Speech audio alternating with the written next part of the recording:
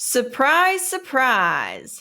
Here I am. I am starting off with another poetry analysis for Beyond the Map's Edge. If you aren't aware, I have also done this for There's Treasure Inside and compared it to Forrest Fenn's original poem. So if you want to see that, you should be getting a pop up on your screen right now for that link, but you can always find it in my library. Before I get into it, I want to start by saying one of the things I like about Justin is, well, at least what I'm leaning towards is his penchant and exactitude in research. He even says in his interview with Mysterious Writings, I'll put that link in the description below, that he had to balance his natural inclination towards exactitude with the requirement to actually leave one's house. His background as a software engineer also tells me that he really likes precision, and the way he has described how he researched for Forrest Fenn's treasure hunt tells me he's going to research a subject ad nauseum, in this instance, poetry, before he decides to tackle it. All right, so let's get this out of the way. Remember to like, subscribe, comment, do all that jazz. I always have resources at themanagementAT.gumroad.com. One thing that I recently put together was a list of asked and answered questions that came from all the interviews that Justin Posey has done, his website, the variations between what he said in interviews and his website, and that is available on my Gumroad. Things on my Gumroad are free. Put zeros in the dollar spots. I did not set up how the platform works. I can't change any more settings to make it any freer than it already is. I don't want to have to pay for a website, so I use Gumroad. And if you just want to be a nice guy, you can always buy me a coffee by following that QR code. If you want to speed me up, you can hit the little icon for the gear and it'll speed it up to 1.5 times. I don't think that I talk slow enough for you need to go 2 times, but at least it'll make it move along a little bit quicker. Also, if I mention something and you're like, oh, that would be handy to have, it's probably in the show description below. If I miss something, email me and let me know and I'll add it in. Email is also in the show description below. To start out, I want to point out another one of Justin's quotes from, again, his Mysterious Writings interview. Ginny did a great job at phrasing his 6 questions, which were probably more like 15 to 20 with the way that she wrote them. So props to Ginny for sneaking more in. But when he was asked about why, how, when he decided to create a treasure hunt, he explains, but his closing line is, creating this hunt has been therapeutic, like an elaborate form of closure that most people might achieve through therapy or prescription medication. But I chose to express through hidden valuables and cryptic verse. In writing, there are 2 things that are very different: verse and prose. Verse is like a poem. It's writing with a rhythm or a beat. We all know Shakespeare, iambic pentameter, yada, yada, yada. And then prose is like the regular writing, like his book. So he chose to express through hidden valuables and cryptic verse. He said that the poem is the heart of the book, is the heart of Beyond the Map's Edge. That tells me all other clues, hints, etc. are going to be in support of that poem.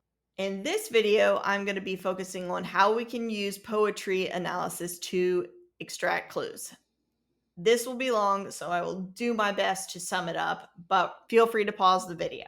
I'm hopping in and making an edit to this video because a very kind Redditor messaged me from a good space and said, hey, I noticed something that's off in your video and I wanted to ask you about it because I'm not a poetry expert either. And they were very nice. And I was like, you know what? You're right. So I've said it once, I've said it again. I am not afraid of being wrong, but I am here to correct it because I don't want to share any misinformation intentionally or have anybody else questioning their sanity.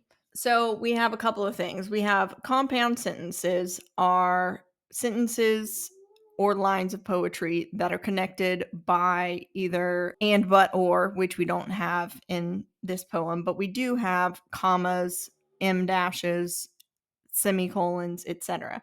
So what that does is that connects those two lines, whereas if the line ended with a period, that would be a complete thought. So it says that these pairs that flow through the poem are connected thoughts.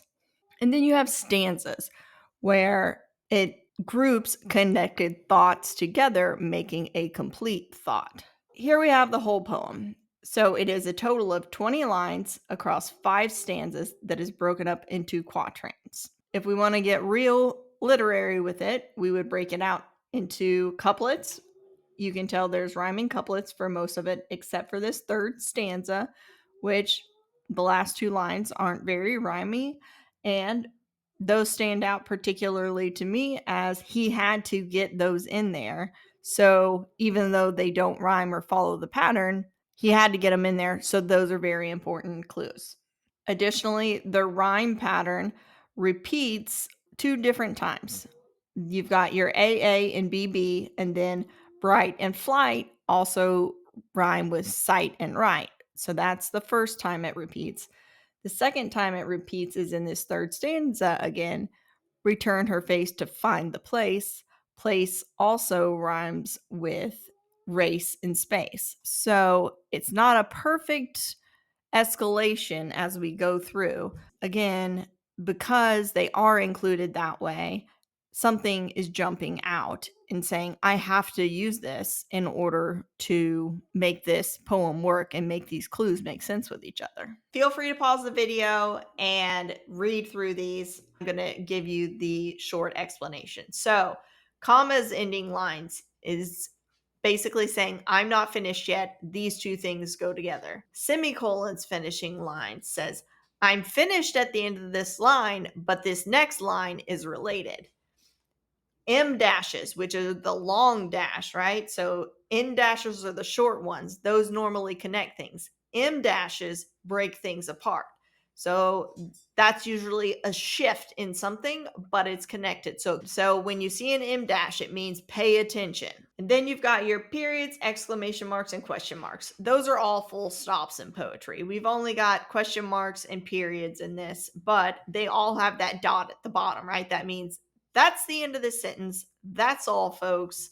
Moving along. Here's the TLDR. Justin has said there are at least 10 clues. There are exactly 10 full stops / connected thoughts throughout the poem if we're going by this punctuation analysis, which I am. In the interview with Cowlazars, he says there are at least 10 clues, but he actually, in the interview, wouldn't give an exact number and said, I'll get back to you, and posted it on his website later. But in the interview, he explains that he's not sure what the count is because would you consider that 1 clue or 2, which tells me a lot. Okay, so here are what I think are the at least 10 clues, and then again, what I think are actually 13 clues. You can see in each of these couplets, the first line ends with a connecting punctuation, and the second line ends with a full stop punctuation. With the M dashes, right, we said it could be in opposition to pay attention. So wisdom waits in shadowed sight for those who read these words just right. These are connected thoughts, but it's saying, pay attention, there's something funky in here. And what I think that is, and I'll go into my clue explanations in another video, but what I think that is, for the sake of example here, is that wisdom, right? Wisdom is capitalized, but it's kind of camouflaged here because it's at the beginning of the line. And all of his lines start with capital letters, so you would never be able to know whether wisdom was a proper noun or not. And I think it is. I think it refers to a city, place, or town. All right, guys, short and sweet, unless you took time to pause and read it all, which I highly recommend. Also, if you prefer this on a document format. Again, it's on my Gumroad. As always, like, subscribe, and comment. I really appreciate you following me. And you can always find this and more at themanagementAT.gumroad.com or buy me a coffee by scanning the QR code. You can always say nice things to me in the comments because I always appreciate that too. It helps me deal with all the haters. So I hope everybody's having a great day. And feel free to reach out to me anytime on Discord. I'm the management, or by email. I'm themanagementat@gmail.com. Thank you so much.